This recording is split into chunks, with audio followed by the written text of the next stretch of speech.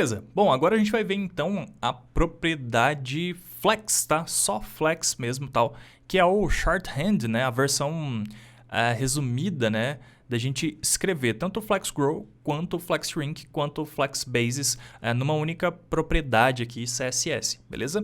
Bom, eu prefiro criar uma classe separada para cada um dos itens, seja grow, shrink e tal, igual a gente fez nos nossos exercícios até agora aqui, né? A gente criou tanto para o grow quanto para o shrink, porque eu tenho mais autonomia de controlar, então, o tanto que eu quero que um elemento aumenta ou diminui proporcionalmente e tal, individualmente, tá? Mas bora dar uma olhada então em como que a gente faz para usar só o flex, tá? Aqui, ó, nesse guia, ele não dá tantas explicações aqui, mas no site aqui do MDN dá, tá? E aí é o seguinte, basicamente a gente tem o primeiro valor para o grow, o segundo valor para o shrink e o terceiro valor para o basis, tá? Uma coisa importante para a gente saber é o que é o valor padrão de cada um, tá? Então, basicamente aqui, ó, ele fala que o valor padrão para o flex grow é 0, tá? O valor padrão para o shrink é 1 e o valor para o flex basis é alto. Então, bora testar como que a gente usa isso no dia a dia, tá? Eu vou criar uma classe aqui. Eu vou chamar ela de flex grow,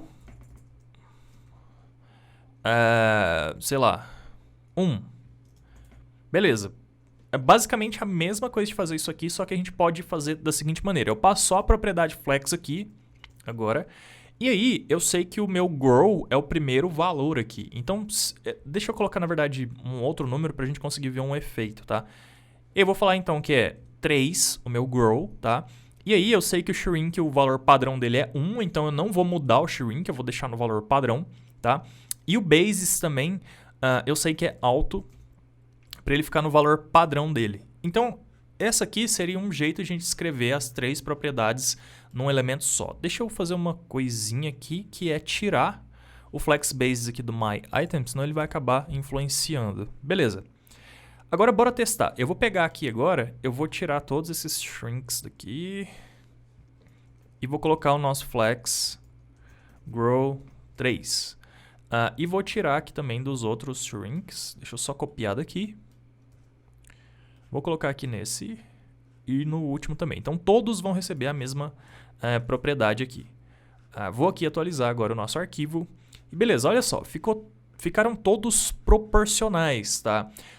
Eu vou fazer uma coisa aqui mesmo no browser para a gente testar, que é o seguinte. Lembra que eu falei que o valor padrão é 0, 1 e alto? Eu vou trocar o nosso flex 3 aqui para 0, tá? Olha o que acontece.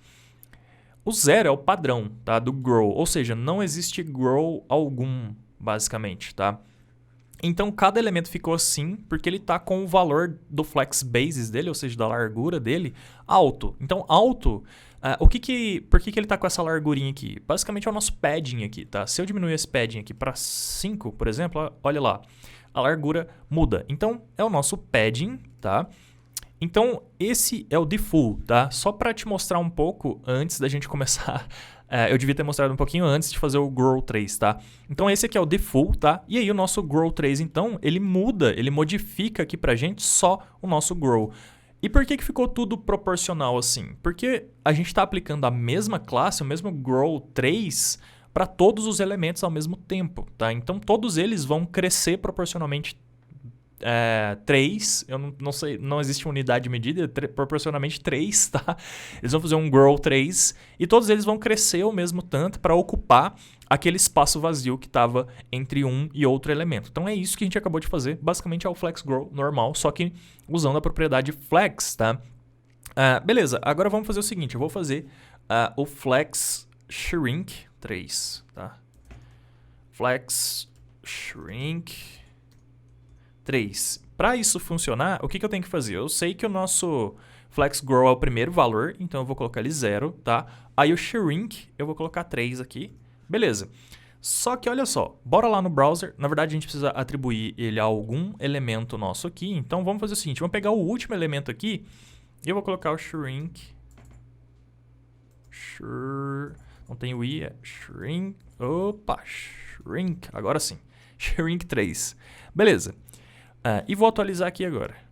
olha só, o nosso último elemento aqui, ele encolheu, beleza, mas ele não encolheu 3 vezes proporcional. Se a gente inspecionar aqui, o que aconteceu com ele? Ele basicamente ficou com o padding, tá? Se eu diminuir o padding aqui de novo para 5, olha lá, ele fica com o tamanho 5, ou seja, o nosso shrink não está funcionando. Por que não está funcionando? Lembra na aula sobre Flex Shrink que eu expliquei que o Flex Shrink ele só vai funcionar porque os nossos itens aqui dentro eles precisam exceder a largura total do nosso container, tá? Então, para o Flex Shrink funcionar, ele funciona um pouquinho diferente do Grow e a gente teria que fazer o quê? A gente teria que pegar aqui, ó, o último valor nosso, tá? Que é o nosso Flex Basis e passar um valor, então, que fizesse esse elemento ultrapassar ali a largura total do nosso container. Por exemplo, o nosso container aqui, ele está com quanto? Ele está com 1.200 e pouquinho ali, tá? Então eu vou passar um valor aqui, sei lá, de 1.500 pixels. Só nesse elemento. E aí vamos atualizar aqui. Agora, olha só. Mudou completamente aqui. Esse item aqui, o nosso último elemento, que é o que está recebendo o Flex Shrink, ele está maior que todos os outros, tá? Mas olha só a largura que ele está, 908. E eu coloquei aqui que ele vai ter 1.500. Então o que ele fez? Ele pegou dos 1.500 do Flex Basis dele, né, que estava para fora, que estava saindo, ele só recolheu, digamos assim, e distribuiu proporcionalmente, ou seja, ele encolheu esse elemento aqui proporcionalmente aqui dentro do nosso container, beleza? E os outros continuam recebendo o Flex Grow proporcionalmente, mas esse elemento aqui é tão grande e pelo fato dele ser maior do que o container, ele acabou fazendo com que o Flex Grow aplicado a esses outros 4 elementos aqui diminuísse tanto que os elementos ficassem só no tamanho normal deles com aquele padding de 30. Então, você consegue perceber que é um pouquinho complexo usar a propriedade Flex aqui, principalmente quando você está combinando ela tanto com o Flex Grow quanto com o Flex Shrink e nos mesmos elementos que estão dentro de um mesmo Flex Box. Então, é um pouquinho complexo mesmo, mas é assim que a gente usa, tá? A gente consegue atribuir os 3 valores. Começa a ficar mais complexo ainda se, por exemplo, eu fizesse aqui um Flex Shrink 5, por exemplo, tá? E eu vou falar que o elemento tem 800 pixels aqui. Beleza. E vou fazer um Flex Grow 5. Deixa eu colocar ele antes do Shrink aqui. Na verdade, aqui. E vou fazer um Flex Grow Grow 5, tá? Então aqui no Grow 5 vai ser aqui, o Flex Base volta para 1, e aí no Flex Grow eu também posso passar um Flex Base, na verdade eu falei errado, tá? O Flex Grow é 5, o Flex Shrink aqui volta para 1, e o Flex Bases eu vou deixar 800. E aí no nosso Shrink 5, o Shrink aqui vai ser 0 e o Shrink vai ser 5. Olha só, se a gente aplicar cada uma dessas classes agora para um elemento diferente, eu praticamente já estou perdendo o controle do que eu quero que aconteça aqui, tá? Então eu vou fazer o seguinte, eu vou pegar agora esse elemento aqui e vou falar que ele vai ser o Grow 5, e vou pegar o primeiro elemento e vou falar que ele é o Shrink, eu sempre escrevo errado essa palavra, Shrink 5. E isso aqui vai virar uma bagunça, porque eu não consigo prever o que vai acontecer exatamente. O que eu consigo saber é que o primeiro ele tem que se reconformar dentro proporcionalmente, mas provavelmente ele vai ficar maior do que os que tem o Grow, mas aí a gente tem um Grow 5 aqui, e esse Grow 5 ele também está recebendo 800 pixels de largura. Então, eu não sei exatamente o que vai acontecer, e eu começo a perder um pouco o controle. Vou atualizar, olha só o que aconteceu. Então, basicamente, a gente vai inspecionar aqui, esse elemento aqui, que é o nosso Flex Grow 5, ó, ele tem 800 pixels, então ele ficou o maior de todos aqui dentro. Só que o último elemento, que é o segundo maior aqui, ele é o nosso Flex Shrink, que também recebe um valor de Shrink um pouco grandinho, é o Shrink 3, tá? Então ele também ficou o segundo maior. Deixa eu só ver qual que era o nosso Flex Shrink 5. É o primeiro aqui, não é?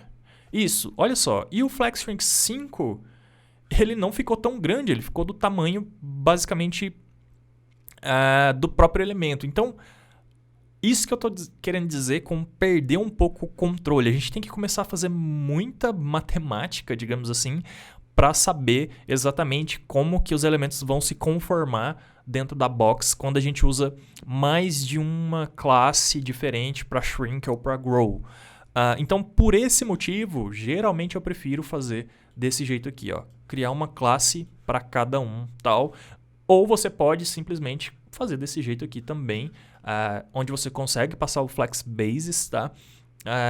E aí, então é só tomar um pouquinho de cuidado e assim, se você raciocinar bastante, pensar bastante aí, tá bom, vou aplicar o flex grow tanto nesse, o shrink tanto naquele e tal, porque aquele tá saindo fora da box.